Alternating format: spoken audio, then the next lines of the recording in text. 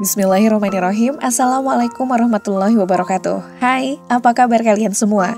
Semoga selalu diberikan kesehatan dan dilimpahkan rezekinya. Amin, amin ya robbal alamin.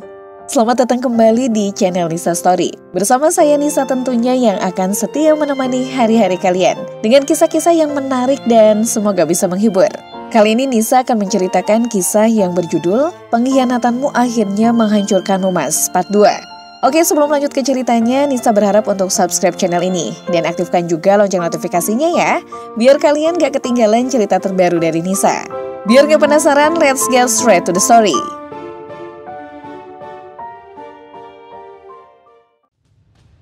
Di perjalanan, tak ada yang memulai pembicaraan, padahal biasanya kami selalu bercanda. Namun kali ini suasana berubah menjadi canggung dan lebih serius. Aku juga merasa aneh. Tumben-tumbenan sekali Tiara berubah menjadi sosok yang sangat pendiam seperti ini. Biasanya dia lebih banyak bicara daripada diriku. Namun kali ini dia tak kunjung bicara. Karena Tiara yang tak kunjung berbicara, maka aku mencoba untuk memulai suasana agar terlihat lebih berwarna dan rasanya menjadi lebih hangat. Lau, terkejut atas apa yang terjadi, kami lalu tertawa bersama. Bisa-bisanya kami memanggil nama secara bersamaan. Rupanya kami berdua tadi bergelut dengan pikiran masing-masing. Ya sudah, kamu duluan saja, Ra. Mau bicara apa? Tanyaku sambil meliriknya sekilas. Kamu saja duluan, ucap Tiara lagi.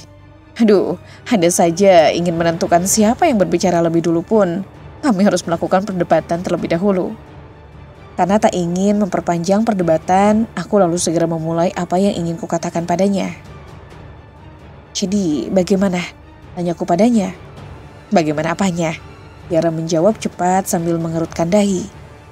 Maksudku, apa ada informasi terbaru dari adik sepupumu itu? Tanyaku lagi tanpa menatapnya. Karena sekarang aku sedang fokus menyetir mobil. Ada, dia tinggal di kota ini Lau, dan aku tahu di mana rumahnya. Ucapan Tiara bagai petir yang menyambar di siang hari.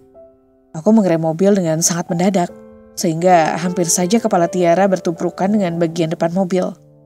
Aku menatapnya dengan wajah yang tak bisa aku jelaskan pada Tiara. Pelan-pelan kenapa Lau? Jawabku masih berharga ya. Aku gak mau mati duluan. Mana belum nikah lagi. Ucap Tiara sambil mengerucutkan bibirnya. Benarkah wanita itu di sini, Ra? Tanyaku menatapnya dengan serius. Ingin meladeni candaannya, saat ini yang terpenting aku mengetahui di mana keberadaan wanita itu. Tiara membenarkan jilbabnya terlebih dahulu. Aku menatapnya dengan kesal. Bisa-bisanya di saat aku penasaran seperti ini, dia meremehkan. Tak kunjung menjawab pertanyaanku. Cepatlah Tiara, ucapku dengan nada yang naik 1 oktav, sehingga dia menatapku dengan wajah terkejut.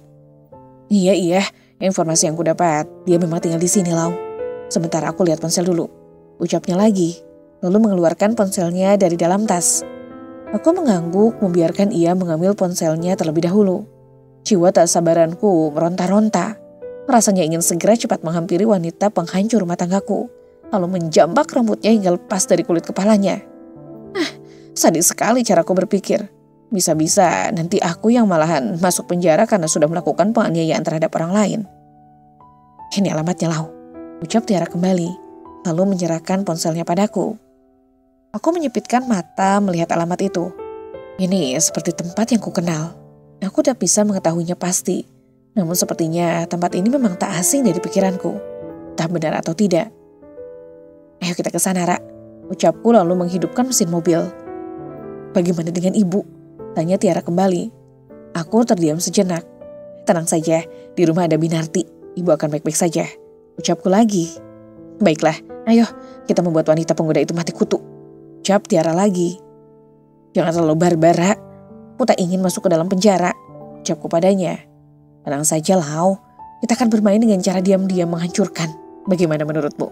Tanya Tiara. Aku menatapnya yang tersenyum penuh arti. Tentu saja, ucap Tiara lalu bergegas kuhidupkan mesin mobil. Sedikit lagi kami akan sampai ke tempat tujuan. Jantungku berdetak tak beraturan kalau melihat sebuah mobil yang terparkir di depan halaman rumah orang itu. Kenapa Lau? Tanya Tiara. Seperti mengerti perasaanku, Tiara lalu mengikuti arah kemana mataku tertuju. Nah, apa itu mobil? Ucapan Tiara menggantung di udara. Ia seperti mengingat-ingat. Tak sabar lagi, aku lalu membuka pintu mobil.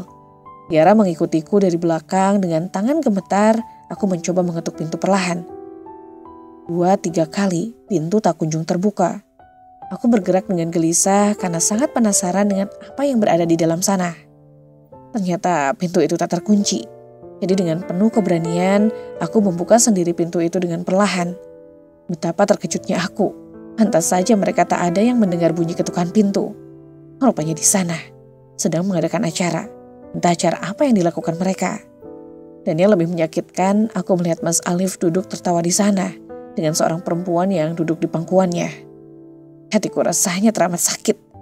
Ada sesuatu yang menikamnya dengan sangat dalam di sana. Emosiku naik ke ubun-ubun. Brak! Pintu ketendang dengan sangat kasar sehingga menimbulkan suara yang begitu keras. Dan aku menjadi perhatian 2-3 orang yang sedang berdiri di ruang tengah. Hey, who are you? Bentak seorang wanita yang terkejut atas perlakuanku. Sekarang aku menjadi perhatian orang-orang yang berada di dalam rumah ini. Pakaian mereka sangat seksi untuk tipikal perempuan. Ada juga laki-laki yang tak memakai baju. Mereka ini seperti sedang melakukan party. Seperti mengerti keadaanku, Tiara memegang erat bahuku, lalu membawaku perlahan untuk menemui Mas Alif. Mas Alif menatapku dengan wajah yang berubah menjadi pucat. Tak ada lagi tawanya yang berderai bahagia seperti tadi.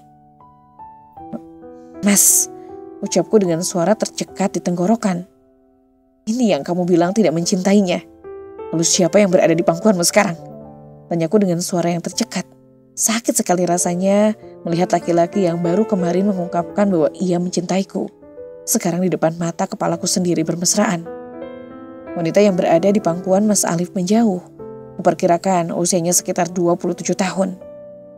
Dia memakai dress dengan panjang selutut dan tak berhijab.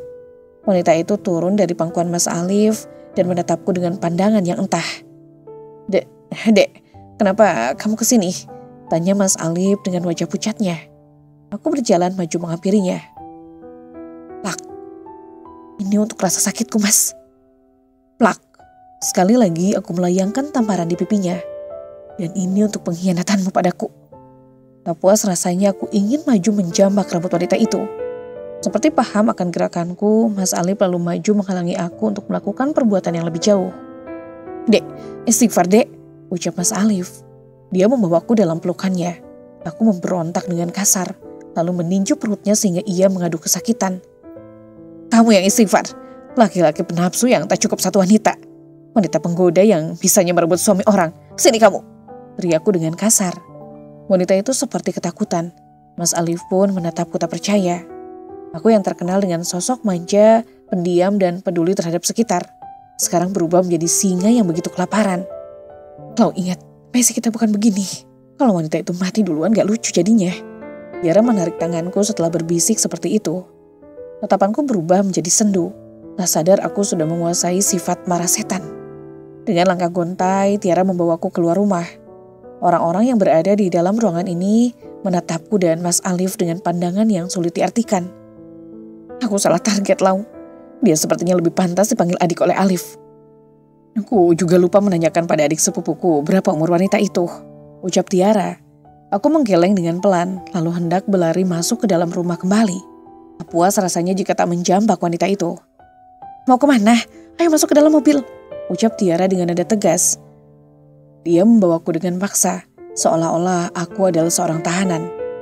Oh saja kau Mas, kau bilang tak cinta, tapi dia kau biarkan duduk di pangkuanmu dengan begitu lama, ucap batinku dengan geram. Masuk mobil, ucap Tiara sambil membukakan pintunya. Dan sekarang dia yang mengambil alih posisiku sebagai sopir. Mobil melaju dengan kecepatan sedang. Aku masih mengatur nafas yang terasa cepat. Gimana? Udah enakan? Tanya Tiara. Aku hanya diam, kesal dengannya. Andai dia tak melarangku, sudah kujambak, kuhantam wanita itu. Jangan marah, aku hanya tak ingin kamu terlibat dalam masalah. Aku hanya takut kamu hilaf menghajar wanita itu. Benar, dia akan merasakan sakit tapi nanti malah kamu yang masuk penjara, ucap Tiara panjang lebar. Aku hanya diam sambil sesekali menghembuskan napas pelan. Menetralkan perasaan yang campur aduk menjadi satu. Sudah, nanti kita bicarakan jika sampai di rumahmu. Aku tak ingin kamu bertindak gegabah lalu menghancurkan apa yang sudah direncanakan. Ucap Tiara lagi. Aku mengangguk mengiyakan ucapan Tiara. Mobil sudah sampai di pekarangan rumah. Aku turun terlebih dahulu dan Tiara mengikuti di belakang. Pintu terbuka dan menampilkan ibu yang menyambutku dengan senyum bahagia. Laura, teriak ibu sambil merentangkan kedua tangannya. Aku berlari lalu langsung membalas pelukan ibu. Alhamdulillah, sekarang udah berhijab ya nak. Pasti ayahmu semakin bangga denganmu. Ucap ibu setelah melepas pelukannya. Alhamdulillah bu, ibu baru sampai ya? Tanyaku sambil melirik ke dalam ruangan. Iya baru sampai. Ada Tiara, ayo sini. Ngapain masih berdiri di situ? Ucap ibu ketika melihat Tiara. Aku menatap Tiara yang seperti orang linglung. Lama tak ada pergerakan darinya. Tiara, panggil ibu lagi hingga ia tersadar dari lamunan panjangnya. Ia lalu bergegas menghampiri kami. Assalamualaikum bu, ucap Tiara sambil mencium punggung tangan ibu dengan taksim. Waalaikumsalam.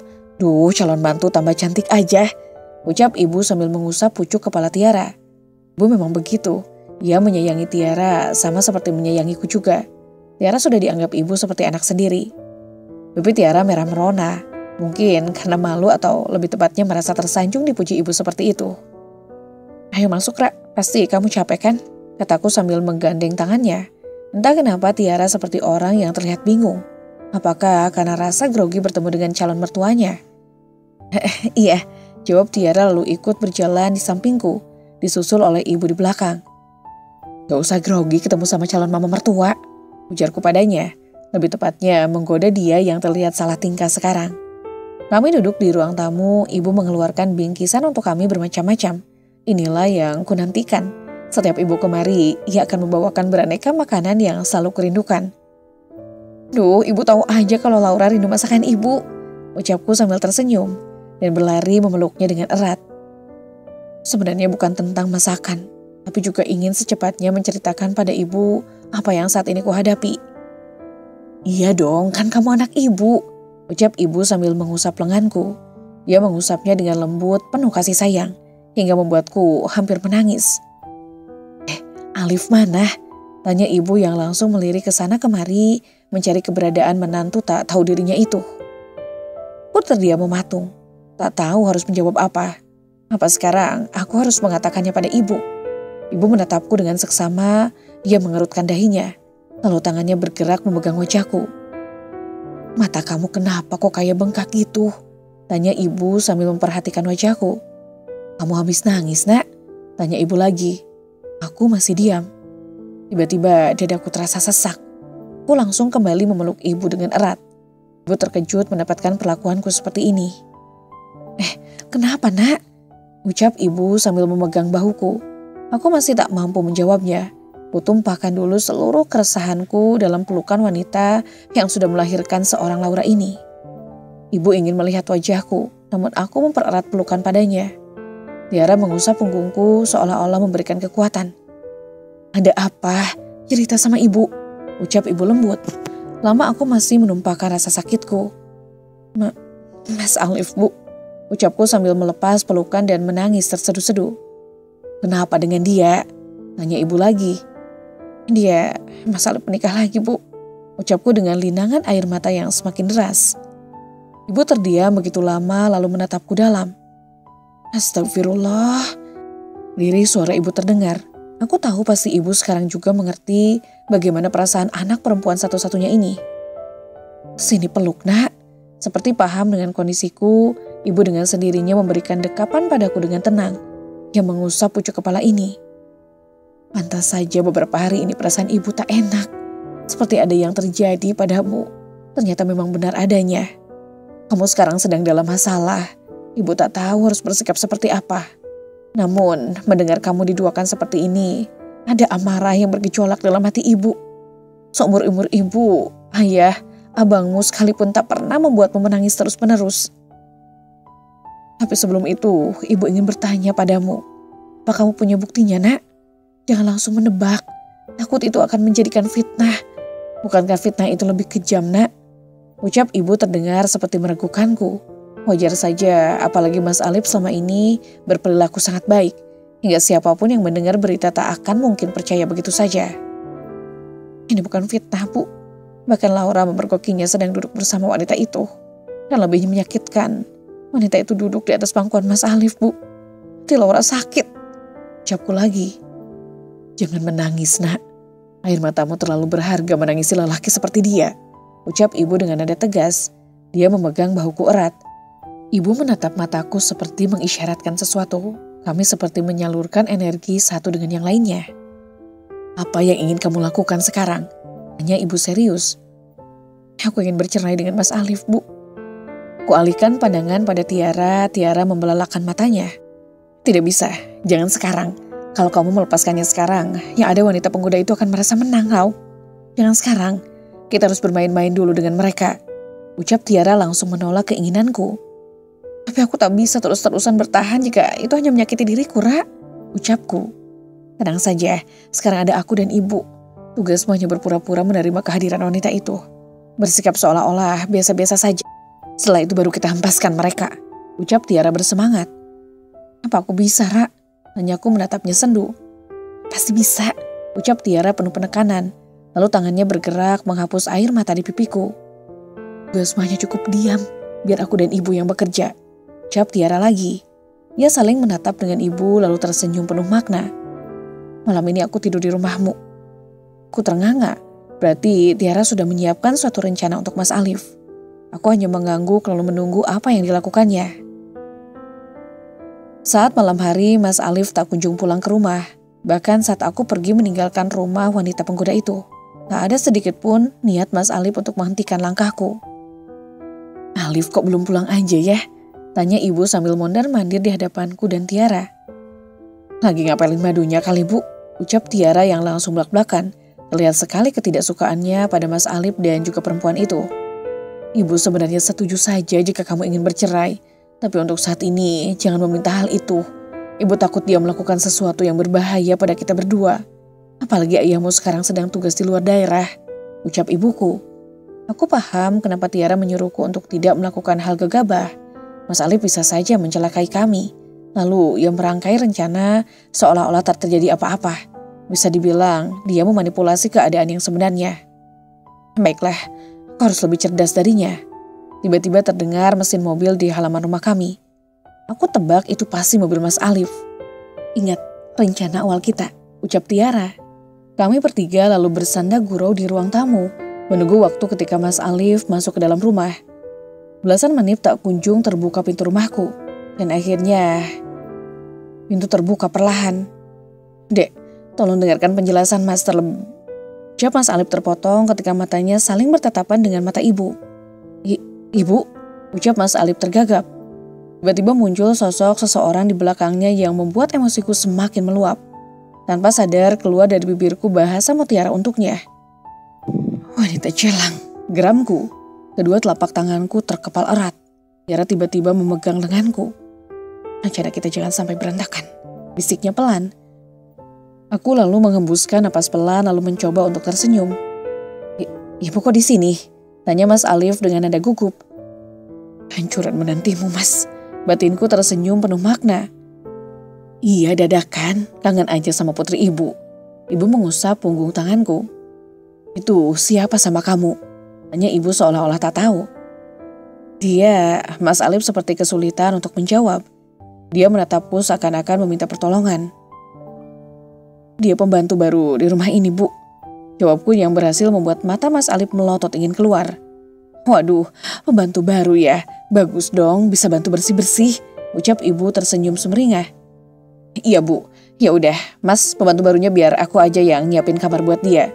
Ucapku pada Mas Alif yang masih tak percaya. Wanita di sebelah Mas Alif terlihat menahan amarah yang ingin ia luapkan. Beneran pembantu kan dia, Alif? Tanya ibu dengan nada tegas. Raut wajah keterkejutan Mas Alif atas kelakuanku berubah menjadi pucat karena tatapan ibu. Iya, Bu, ucap Mas Alif gugup.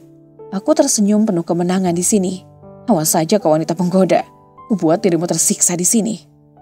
Oh, bagus deh. Hati-hati loh, Liv.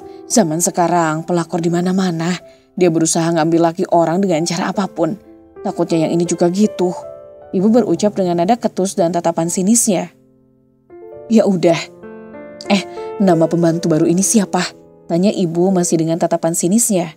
Wanita itu diam, wajahnya terlihat benar-benar menahan kesal. Aku ingin tertawa, namun sadar bahwa setelah ini pasti akan ada masalah kembali dengan Mas Alif. Pembantu baru ini bisu ya? Tanya ibu sambil berbalik menghadapku. Aduh Alif, kamu kok nyari pembantu yang gak bisa ngomong?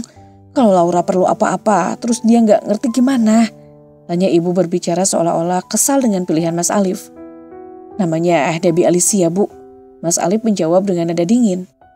Wow, sepertinya amarahnya mulai muncul, pikirku. Ibu mau dia yang ngomong langsung, ucap ibu tak kalah dingin. Saya Debbie Alicia, Bu, ucapnya. Namanya bagus ya, saya panggil kamu Ici aja gimana? Boleh dong ya. Ya udah, Ici bikinin air minum boleh? Tanya ibu lagi. Wanita itu melihat Mas Alif sambil menarik lengan bajunya. Debbie namanya Bu, bukan Ici. Dan juga dia baru sampai pastinya capek, ucap Mas Alif dengan nada tegas. Ibu seperti pintar berakting lalu berdiri dari duduknya sambil menendang meja di depannya. Kenapa kamu marah, huh? Sejak kapan kamu tidak ada rasa hormat dengan saya? Ucap ibu sambil berkaca pinggang. Kulihat wanita penghuni itu tersenyum mengejek padaku karena Mas Alif pembelanya. Kami baru sampai, Bu. Bagaimana bisa ibu langsung memerintahkan dia untuk melakukan sesuatu? Emang ibu siapa di sini? Mas Alif seperti tersadar dengan ucapannya, lalu menutup mulutnya. Maaf Bu, lirih terdengar suara Mas Alif. Oh, jadi kamu bertanya saya siapa di sini? Perlu kamu tahu, saya ibu dari Laura Aurelina. Rumah ini milik keluarga saya, dan wajar dong, saya memerintah kepada dia yang kamu anggap sebagai pembantu itu. Ucap ibu dengan nada tegas. Kulihat sekarang ibu mulai tak bisa mengendalikan amarahnya. Oh, atau jangan-jangan wanita ini. Maaf Bu, Ici, ayo buatkan minuman untuk ibuku. Mas Alif pemerintah lalu meninggalkan wanita itu di belakangnya. Sekarang aku yang tersenyum mengejek padanya. Terlihat kedua telapak tangan wanita itu terkepal. Tak sudi rasanya aku menyebut nama wanita itu. Nanti saja Mas, aku ingin mengantarkannya ke kamar pembantu terlebih dahulu. Ucapku sambil berdiri. Yang lagi-lagi hampir membuat mata Mas Alif keluar dari tempatnya. Biar ku temani, ucap Tiara. Entah sadar atau tidak, Mas Alif ini sedang kami kerjai. Tak peduli bahwa dia adalah imam dalam rumah tanggaku. Ayo ikut saya, ucapku lalu berjalan lebih dahulu bersama Tiara. Saat sampai di kamar, wanita penggoda itu tak henti-hentinya batuk ketika sampai di kamar ini. Saat aku mengatakan bahwa ini kamarnya, ia seolah-olah menggeleng tak percaya. Namun Tajwa bisa berbuat apa-apa. Mbak, saya juga istri dari Mas Alif, ucapnya ketika aku ingin melangkahkan kaki keluar ruangan. Lalu, tanyaku sambil menghentikan langkah. Kenapa Mbak berbuat zalim pada saya? Tanyanya dengan suara yang dibuat-buat sedih. Aku atau kamu yang berbuat seperti itu? Aku berbalik menghadapnya. Mbak, saya menikah dan Mas Alif atas izin keluarga saya. Dan bahkan Mas Alif menyetujuinya, ucapnya kala itu. Apakah kamu tahu bahwa calon yang diminta keluargamu itu sudah mempunyai seorang istri?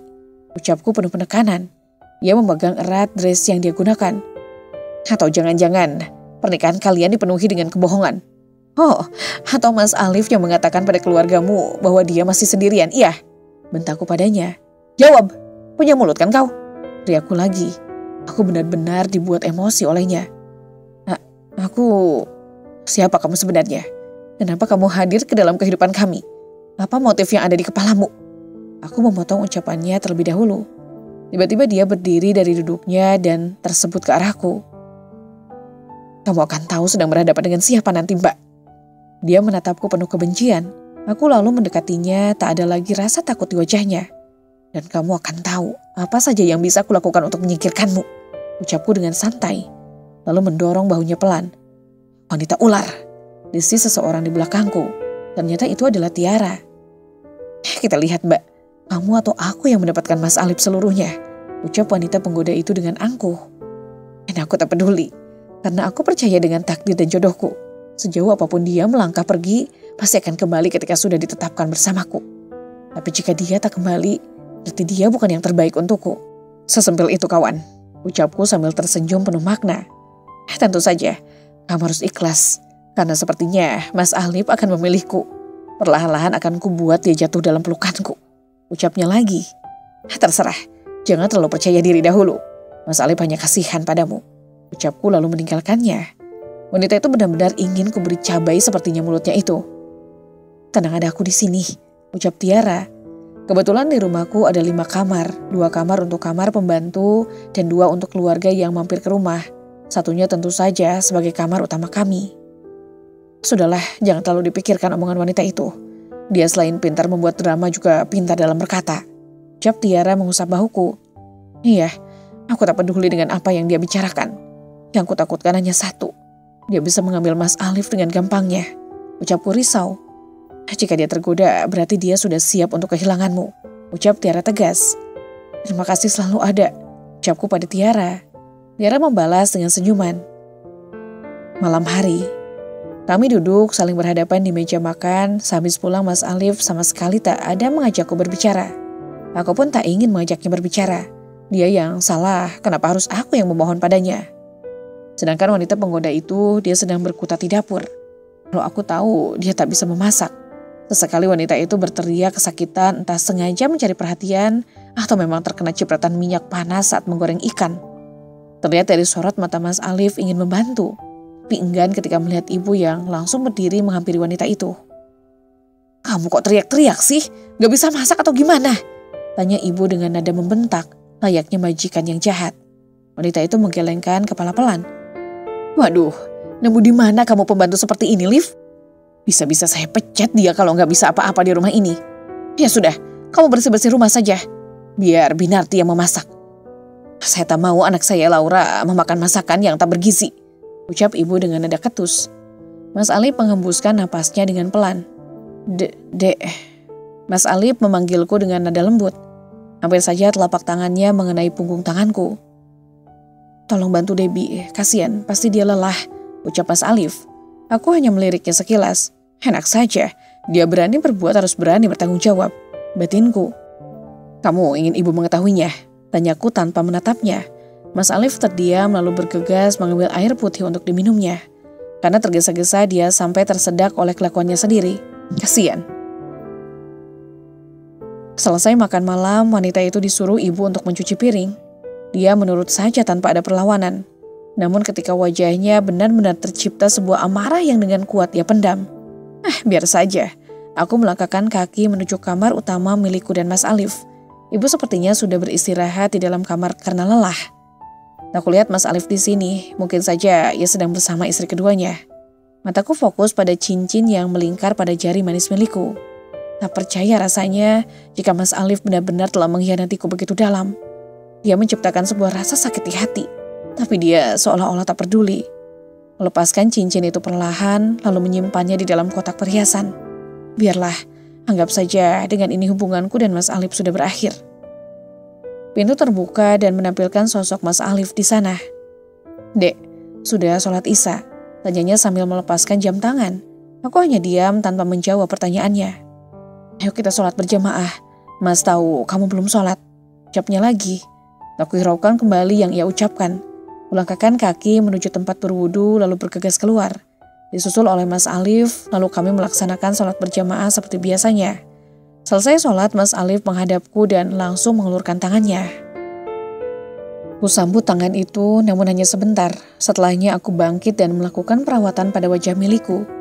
Terdengar langkah kaki yang mulai mendekat, aku ingin keluar dari kamar. Namun pinggangku berhasil dipeluk Mas Alif. Aku menatap pantulan kami di cermin. Sungguh jika orang lain melihat mereka akan mengira kami adalah keluarga yang baik-baik saja, penuh dengan bahagia. Tapi sayangnya semua itu hanya terlihat dari luar, bukan di dalam apa yang saat ini dirasakan. Biarkan seperti ini, Dek. Mas rindu memelukmu. Mas rindu canda tawamu. Mas juga rindu bagaimana kamu bermanja dengan Mas. Ucap Mas Alif yang membuat mataku berkaca-kaca. Mas Alif meletakkan dagunya pada bahuku. Tatapannya menoleh ke arah cermin di depan kami. Tidak, Dek, jangan menangis. Aku semakin merasa bersalah setiap melihat air matamu. Mas Alif menggelengkan kepalanya perlahan. Suaranya terdengar lirih di telinga. Kubiarkan jari-jari Mas Alif membersihkan air mataku. Dek, bicaralah. Kenapa kamu irit sekali sekarang? Mas merindukanmu, Dek. Kembalilah seperti Laura yang Mas kenal. Ucap Mas Alif. Mas Alif membalikan badanku, aku menatapnya dengan sorot mata yang penuh dengan luka dan kecewa. Mas Alif tiba-tiba mendekat dan mencium keningku sangat lama. Kurasakan bulir bening jatuh membasahi pipiku. Dia menangis, Mas Alif menangis untukku. Entah aku harus memberikan reaksi bagaimana. Aku tahu di lubuk dasar hatinya masih ada cinta yang besar untukku. Andai kamu tidak berkhianat, mungkin pernikahan kita baik-baik saja, Mas, batinku. Dek, dengarkan apa yang Mas katakan. Sungguh cinta dan kasih sayang Mas sepenuhnya masih milikmu. Bahkan kehadiran Debbie tak akan pernah mampu menghapuskan posisi Adik di hati Mas. Adik adalah sosok wanita berharga setelah Mama. Adik orang yang senantiasa selalu bertahan ketika Mas diambang kehancuran. Kamu tahu kan, Dek, Mas adalah anak broken home. Orang tua Mas bercerai ketika Mas masih kecil. Dan Mas tak ingin itu terjadi pada kita. Mas Alif lagi-lagi menangis di hadapanku. Tanganku ingin bergerak menghapus bulir bening yang terus membasahi wajah tampannya. Dia adalah alasan kenapa Mas masih bertahan pada kejamnya kehidupan. Dia orang yang ada di saat Mas benar-benar terluka. Tolong jangan pernah berpikiran untuk pergi, Dek. Mas Ali pemelukku erat, sangat erat. Aku tak tahu apakah ini sebuah kenyataan atau hanya siasatnya agar wanita itu diterima kehadirannya olehku. Bicaralah, Dek. Mas perlu suaramu. Mas perlu semua yang dulu kamu berikan kepada Mas. Jangan hanya diam saja. Masa bisa begini? Dia mau bisa membuat Mas perlahan-lahan menjadi gila, Dek. Mas Alif menggoyangkan bahuku pelan. Aku masih tetap diam, ku tatap manik mata Mas Alif dengan sangat mendalam. Benarkah cinta Mas Alif setulus itu padaku? Apa benar rasa sayangmu padaku tak akan berkurang, Mas? Aku ragu, Mas. Aku takut suatu saat nanti kamu akan bosan padaku lalu berpaling pada istri barumu. Apalagi jika istri barumu hamil. Kupastikan kamu akan secepatnya melupakanku, batinku. Aku melepaskan pegangan Mas Alif padaku. Kulangkahkan kaki menuju ranjang lalu berbaring di sana, memunggungi Mas Alif. Kurasakan pelukan hangat pada tubuhku. Kubiarkan saja Mas Alif berlaku seperti itu. Masih terdengar isak tangis di belakangku. Jujur mendengar tangisnya, aku benar-benar merasa bahwa aku sangat berharga dalam kehidupannya. Kupejamkan mataku, berharap tak mendengar lagi tangisan memilukan dari Mas Alif. Cahaya mentari mulai muncul memasuki kamarku. Mas Alif sudah tak ada di tempatnya. Jika hari-hari sebelumnya aku selalu menyiapkan makanan untuk bekal ia di perusahaan. Namun sekarang, aku lebih memilih untuk meringkuk di atas ranjang dengan mata yang masih sembab. Aku menangis semalaman. Saat Mas Alif tidur, ku tatap lekat-lekat wajahnya. Setelah puas lalu melaksanakan sholat malam, meminta petunjuk padanya yang mana yang terbaik untukku. Jika perceraian memang jalan satu-satunya, maka aku akan melaksanakan itu. Kalau aku tahu, perceraian sangat dibenci olehnya.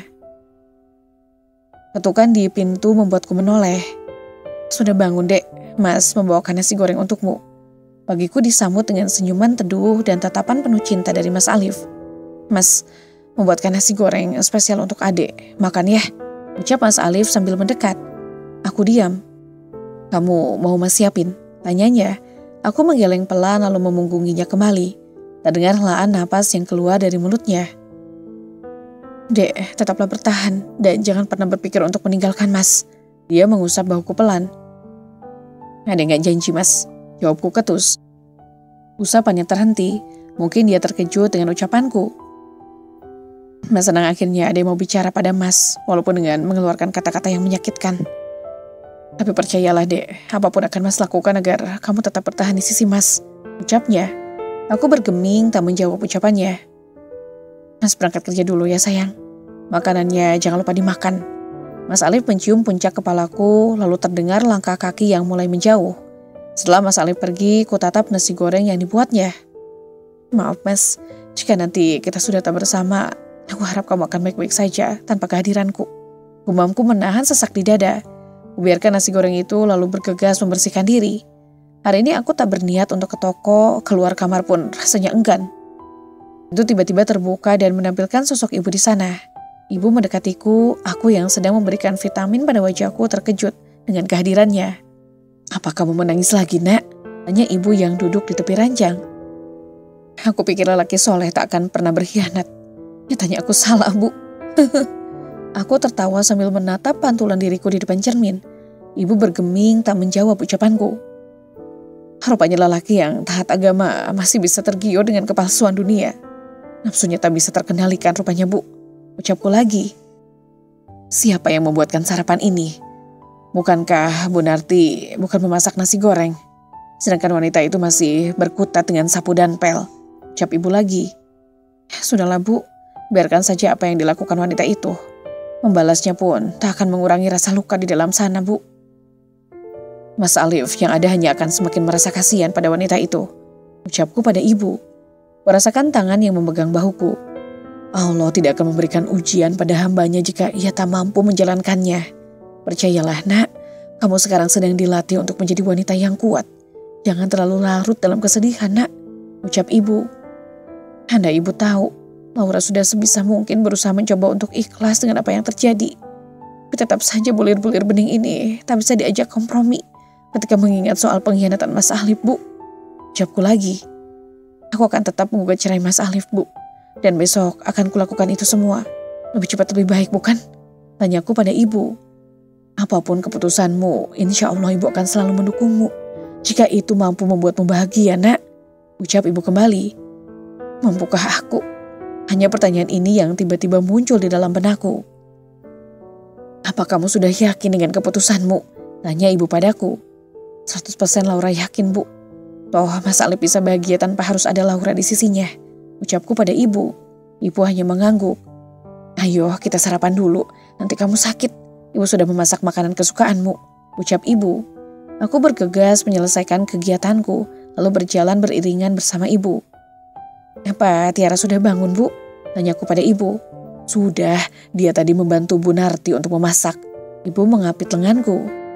Aku lalu membuka pintu kamar, dan tiba-tiba sosok seseorang yang kubenci terjatuh tepat setelah pintu terbuka. Aduh, terdengar suaranya yang kesakitan. Ngapain kamu? Bentak ibu padanya. Nguping ya? Wah, mau saya potong telinga kamu. Bentak ibu kembali. Aku hanya menatap wanita itu dengan raut wajah datar.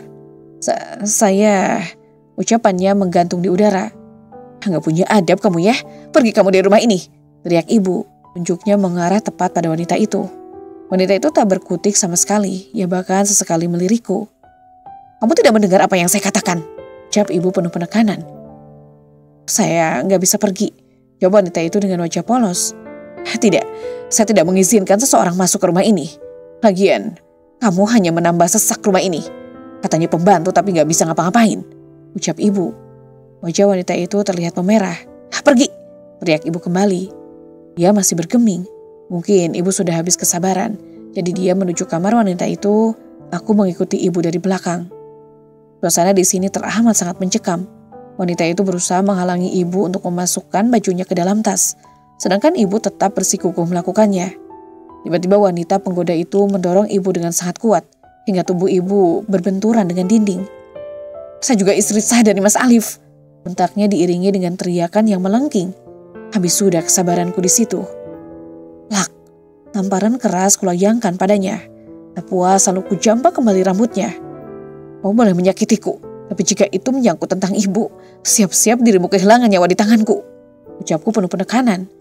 Ia mengadu kesakitan mendengar suara sakitnya itu, aku malah semakin mempererat tarikan pada rambutnya. Diamku boleh kau anggap sebagai kesempatanmu. Tapi sekali lagi, aku bertindak Mas Ali pun tak akan bisa berkutik. Bentakku lalu mendorong dia dengan sangat kencang. Biarkan wanita itu tinggal di sini sampai besok. Dia sudah mengakuinya sendiri, bukan Bu? Kita hanya menunggu kedatangan Mas Alif saja. Oh ya, satu lagi. Bagaimana mungkin kamu mengakui bahwa kamu istri sah? Secara negara, hanya aku satu-satunya istri dari Mas Alif. Dan perlu kamu tahu, beristri dua itu sama saja Mas Alif menghancurkan karirnya sendiri. Jari telunjuk tepat menghadap wajahnya. Jika Mas Alif hancur, aku tak yakin kamu akan menerimanya. Aku tersenyum miring sambil mengeceknya. Wajah wanita itu terlihat pias. Tentu saja aku akan selalu bersamanya, karena akulah yang dari dulu mengenalnya. Aku tahu asal-usulnya, teriak wanita itu. Oh ya, baguslah, semoga saja Mas Alif akan baik-baik saja ketika aku pergi. Ucapku, tinggalkan wanita penggoda ini sendiri. Aku melangkahkan kaki menggandeng tangan ibu. Ibu menatap wanita itu dengan tajam. Kau akan menyesal karena sudah menyakitiku, Mbak. Teriak wanita itu sebelum pergi. Terserah, batinku acuh. Bu, baik-baik saja. Tanyaku dengan khawatir kulihat bibir ibu pucat. Hanya pusing sedikit, nak. Akhirnya dia mengakuinya juga. Jadi tak akan susah untuk membuat Alif mati kutu. Ucap ibu dengan geram. Ibu benar-benar ingin membunuh wanita itu saja. Andai membunuh diperbolehkan dalam agama dan negara, sudah ibu lakukan itu. Lumayanlah mengurangi sampah di dunia ini. Ibu berucap masih dengan nada geramnya. Maafin Laura, Bu, ucapku sambil mencium punggung tangan ibu. Kok kamu yang minta maaf? Kamu gak salah. Wanita itu yang tak tahu malu. Sok-sokan sekali dia. Belum tahu siapa ibu sebenarnya. Aku tersenyum menatap wajah ibu, wanita yang selalu hadir di saat aku senang maupun bersedih. Wanita yang selalu merasakan aku baik-baik saja atau tidak. Feeling seorang ibu tak bisa diragukan. Sepintar apapun anaknya berbohong, seorang ibu pasti akan mengetahuinya. Walau dia tidak mengungkapkan itu semua, aku benar-benar masih dikuasai emosi. Hal tadi masih tak sebanding dengan rasa sakit yang kurasakan. Pagi-pagi bikin masalah saja wanita itu, ucap Tiara terdengar nada suaranya yang kesal. Biasalah, namanya juga biang masalah, makanya harusnya dibikin musnah, ucap ibu. Tiara terkekeh kecil mendengar jawaban ibu. Kami lalu duduk di meja makan tak lupa dengan Binarti. Wajah Binarti terlihat memikirkan sesuatu. Bibi kenapa? Apa ada hal yang membuat hati Bibi risau? Tanyaku sebelum makan. Bibi kaget, Neng. Kok itu mbaknya ngaku sebagai istri sah Pak Alif? Polos Bibi berkata begitu. Bukannya dia pembantu baru di rumah ini ya, Neng? Tambah Bibi. Dia memang istri kedua Mas Alif, Bi. Maaf, harusnya Bibi tidak mengetahui ini semua. Tapi dia membuat masalah lebih dahulu. Ucapku menyesali sikap gegabahku. Binarti menutup mulutnya tak percaya dengan apa yang kusampaikan. Bibi yang minta maaf, harusnya tak pantas bertanya begitu. Harusnya Bibi peka terlebih dahulu dengan keadaan. Ucapnya dengan raut wajah kesal. Ya sudahlah, lebih baik kita sarapan. Masih banyak yang harus dikerjakan. Ucapku sambil tersenyum. Selesai sarapan, aku memilih untuk pergi jalan-jalan mengelilingi kota ini. Sekalian mengajak ibu untuk refreshing. Di rumah lama-lama aku bisa gila melihat wajah wanita itu. Tak lupa Binarti juga kuajak dan meninggalkan wanita itu sendirian di dalam rumah. Tapi jangan salah, pintu kamar, tempat barang berharga semua sudah kuamankan. Tak terkecuali pintu rumah. Aku sengaja menguncinya dari luar karena sudah bisa kutebak bahwa Mas Alif akan bergegas pulang. Mas Alif memegang kunci cadangan pintu rumahku. Jadi dia dengan bebas keluar masuk di sana. Daripada semakin membuatku emosi, lebih baik aku mencari angin segar. Tak mungkin wanita itu tak mengadu pada Mas Alif atas perlakuanku padanya. Wanita itu pandai berdrama, dan ku tebak dia pasti akan melebih-lebihkan ceritanya atas perlakuanku. Melelahkan. Sepanjang perjalanan hening menyelimuti kami. Semenjak kejadian tadi pagi, kami hanya terdiam diri dengan pikiran masing-masing. Hingga sampai ke tempat yang kami tuju, hening masih menyelimuti. Pantainya cantik ya, Neng, ucap Binarti ketika kami berjalan beriringan. Bi, cantik banget, kayak Laura, iya kan Bu? Nandini menyahut.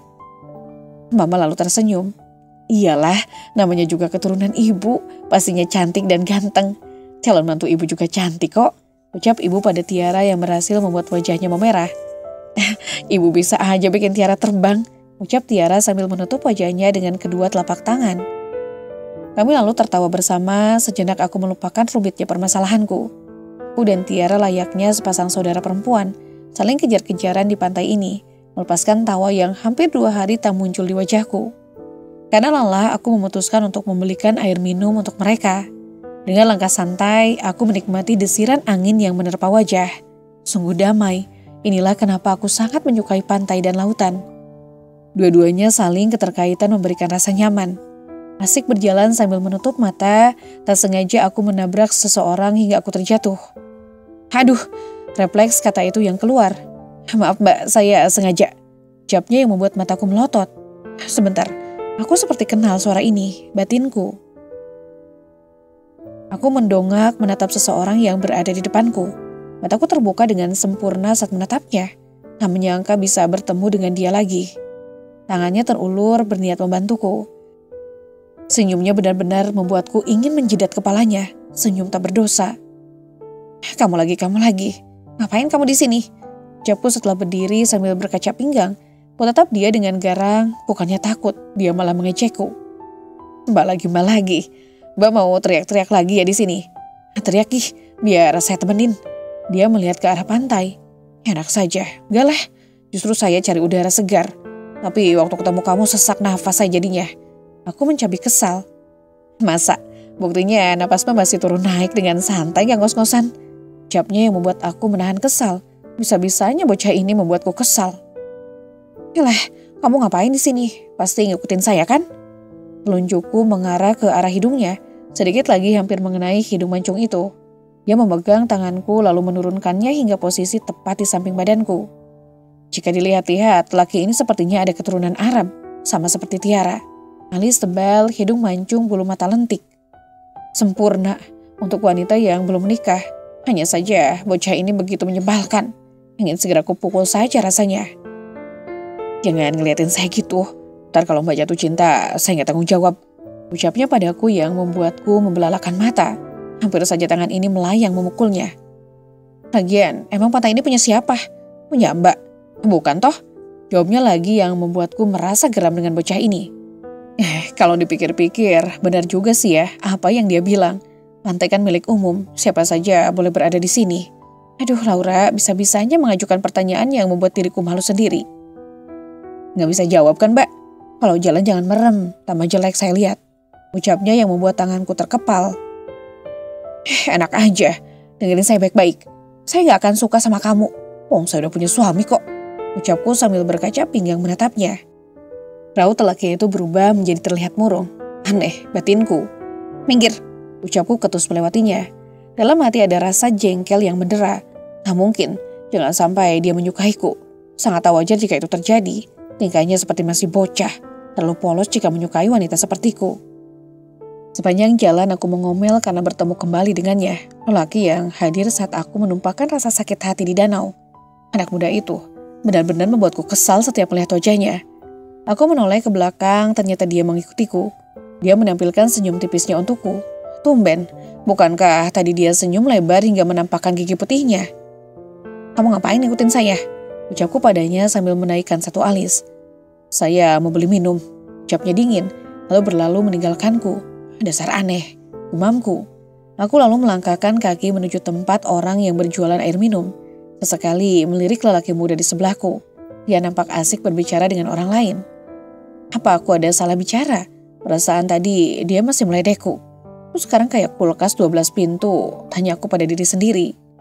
Sudahlah, untuk apa memikirkannya? Tidak penting juga. Mungkin sekarang memang moodnya saja sedang tidak baik. Siapa tahu dia baru saja diputuskan oleh pacarnya. Makanya menjadi berubah 100%. Laura! Teriak seseorang yang memekakan telinga. Ya ampun Tiara, gak usah teriak-teriak gitu. Lagian aku juga dengar kok. Ucapku dengan kesal. Kamu beli minum lama banget sih. Aku sama ibu sama Benarti udah haus banget. Ucapnya sambil memegang tenggorokan. Ada orang yang nyebelin, nyari masalah sama aku. Sengaja ku keraskan suaraku agar lelaki muda itu mendengar apa yang kuucapkan. Kupikir dia terpengaruh, tapi nyatanya jangankan menyahut, melirikku pun sepertinya ia enggan. Siapa? Mana orangnya? Biar ku tonjok wajahnya.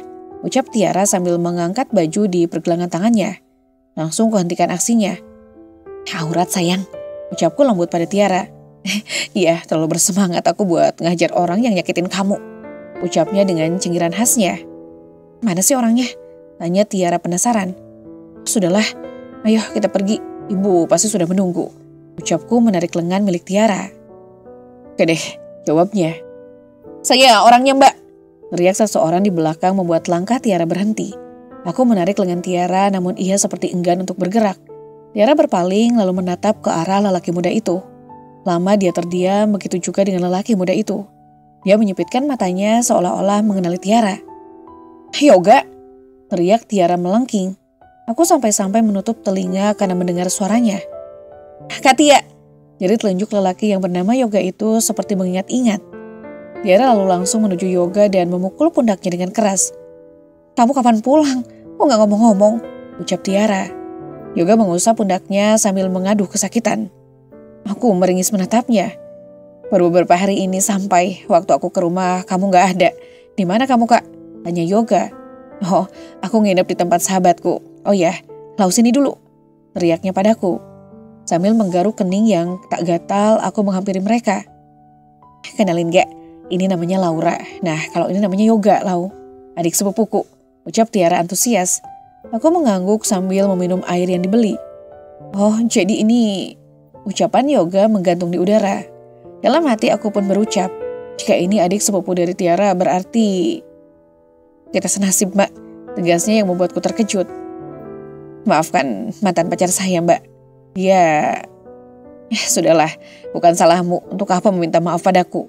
Jawabku santai. Permisi, aku mau ngantar minuman dulu. Ucapku lalu berlalu pergi meninggalkan mereka. Setelah hampir beberapa meter, Tiara menghampiriku, tapi tidak bersama dengan lelaki muda tadi. Di mana kamu bertemu dengannya? Tanya Tiara langsung to the point dengan napas yang turun naik karena berlari. Di pinggir danau, jawabku singkat. Kok bisa? Tanyanya. Aku mengangkut bahu seolah-olah tidak tahu. Setelah ini kita pulang ya, sudah sore. Sebentar lagi waktunya asar. Ucapku. Oke, lagian badanku gatal semua ini, terlalu bersemangat bermain pasir. Ucapnya diiringi kekehan kecil. Setelah selesai melakukan kegiatan di pantai, kami lalu bergegas untuk pulang ke rumah. Gawaiku berbunyi menandakan ada panggilan masuk. Aku segera meminggirkan mobil dan langsung mengangkat panggilan dari pegawai toko. Halo, ucapku. Suara di seberang sana terdengar panik.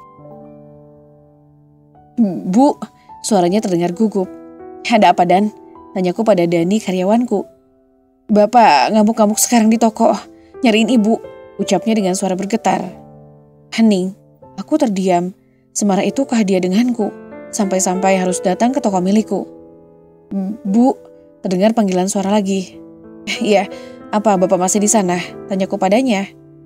Masih, Bu. Bapak menunggu kedatangan ibu di sini. Tapi ucapan Dani menggantung di udara. Tapi apa? Tanyaku to the point. Toko banyak pembeli, Bu. Bapak jadi pusat perhatian. Ucapnya dengan suara berbisik. Astagfirullah, batinku berucap. Mas Ali benar-benar memalukan. Bisakah ia menyelesaikan masalah di rumah saja? Kenapa harus mempermalukan dirinya sendiri di depan orang banyak? Bilang pada Bapak, saya tunggu dia di rumah. Ucapku. Bapak mau bicara sama ibu. Ucap Dani. Berikan teleponnya pada dia. Ucapku dingin. Hening beberapa saat sampai teriakan membuat mataku memanas dan darahku berdesir. Laura, pulang kamu sekarang. Jangan membangkang. Saya tunggu kamu di rumah. Bentak Mas Alif dengan suara yang menggelegar. Sampai-sampai suaranya terdengar juga oleh ibu di sebelahku. Telepon dimatikan secara sepihak olehnya. Sepertinya Mas Alif benar-benar marah padaku. Tak ada lagi sifat lembutnya. Bahkan dia memanggil namaku tanpa awal hande. Bulir bening membasahi pipiku. Tenang nak, ada ibu di sini. Ucap ibu sambil mengusap punggungku.